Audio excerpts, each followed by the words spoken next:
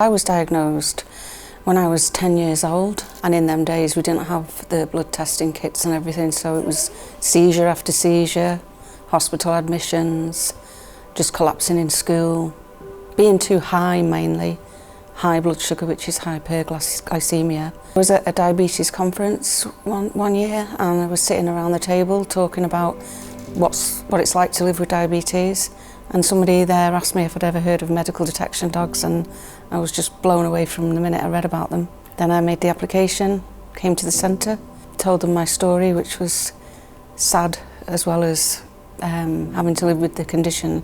There was other things involved, and that was it really. Started the training and eventually got introduced to Frankie. I never ever imagined that a dog could do something like this for me. I just thought that this was it now. I'll be in and out of hospital. I won't have a good quality of life. I'll just have to get on with it, but it won't be very nice. Scary, not being able to sleep at night in case I go low in the night, go unconscious. I was excited to make the first call.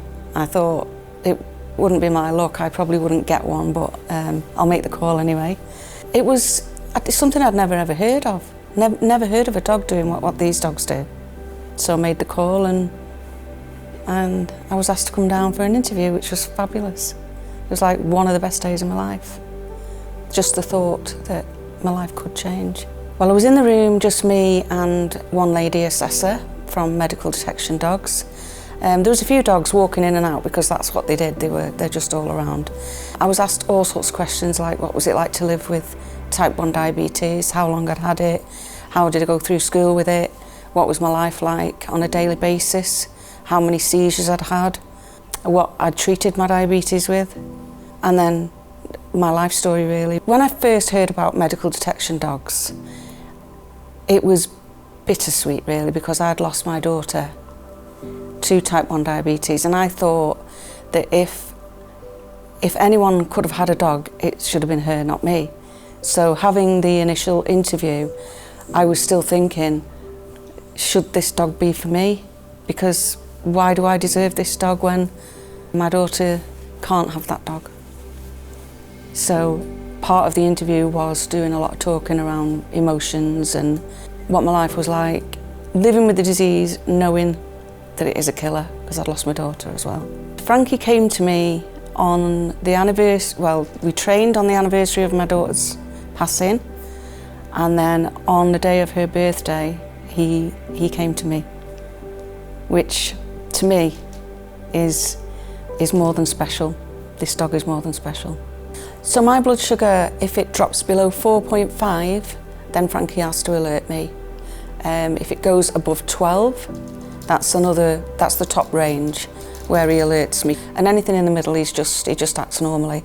But the minute he smells a high or a low, that's when he alerts me. He has different ways of alerting me depending on whether I'm standing or sitting.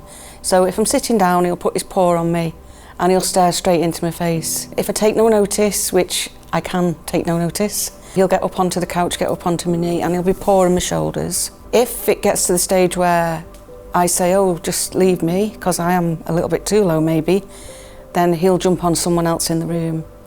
He's jumped on a friend of mine at college while she was writing, just to let her know that there's something wrong with me. So he lets other people in the room know as well. After he's alerted me, I will get my blood testing kit, and I just have to check that what he's alerting me to is correct. Am I high, am I low?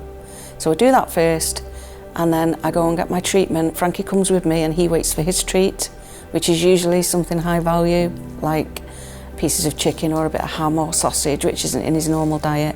So he usually sits by the fridge waiting to see what the result is. Yeah, Frankie tends to be able to just look at my eyes as well.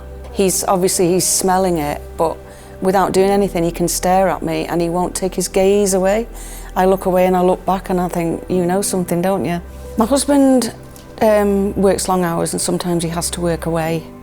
And when he worked away before, he was always on edge. What if I had a seizure in the night? Since then, everything's much more calm at home. Frankie will jump on the bed in the night if I go low.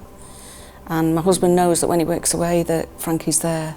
He's there to do that job. I'm out more, I go out walking, I do more exercise, I go shopping. I couldn't go shopping before. I could go shopping, but if I did, I was likely to go too low, and a year before I got Frankie, I collapsed at the till, not knowing what was wrong with me because, you know, it comes on so quickly. I'd also had an episode where my young son was in the shopping trolley and I just couldn't push it, had to sit down, couldn't tell anyone, couldn't verbalise what was wrong with me. Well, Frankie goes everywhere with me. He's gone through college with me, through university recently, and he actually sits in on the therapy that I provide. So he's an icebreaker for the clients. You know, when I put Frankie's coat on him, he knows he's in the mode.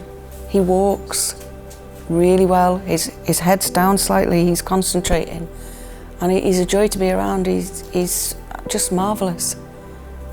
Very proud of him.